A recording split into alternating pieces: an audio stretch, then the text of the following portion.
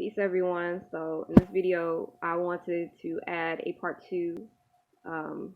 One of my videos I talk about how polygyny should be avoided, but in this video I want to go over the possibilities of a polygynous relationship and why some of us are possibly unaccepting of polygyny and what it could truly offer to you and families. But before I get into that, I just wanted to share to my viewers that I was sharing where I was at in it based off of my own personal experiences. You know, I've been in a couple polygynous relationships and whatnot, and those were some experiences that I had went through. I mean, we have different experiences that cause us to go into a totally different opposite direction, etc., etc. And I feel like that video was more so leaning towards that, and that influenced me to share why I feel like polygyny might be avoided. But in this video, the purpose of this video is to open it up for those who are interested. So, for certain people, they actually say, well, polygyny is not for me because A, B, C, D, or whatever. So it's like, before you mark polygyny off your list, this is a question that you may want to ask yourself.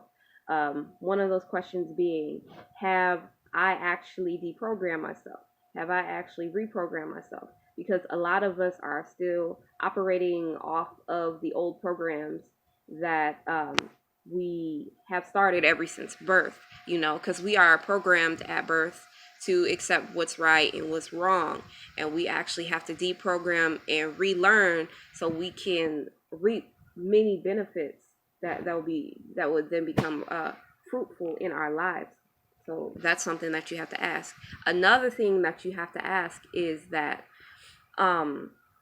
is it polygyny or is it living out a fetish? Because there are men out there who just like, you know, deal with women for different reasons. Just like we might have different foods out there we might want to taste, etc., etc. That's not what you call polygyny. That would be more fetish based and etc. Polygyny actually revolves around family. Polygyny revolves around adding on to empires, having children, you know, and not limiting yourself to the amount of children that you may have. You know, for example, back in the day, our people would have as many as 10 children per woman, you know what I'm saying? So it's like we're not having babies like that anymore. So it's like polygyny can be used for to build onto empires and etc., etc.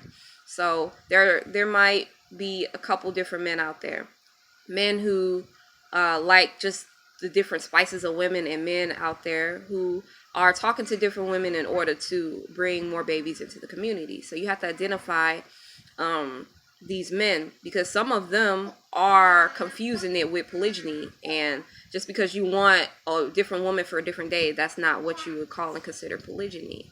So with that being said, those are certain things that you would have to look at.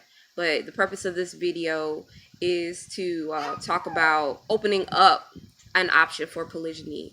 Like, if you have a set view on polygyny, is it based off of your old programming? And if it is, it's time to deprogram and reprogram. Thank you for tuning in. Peace, love, and light.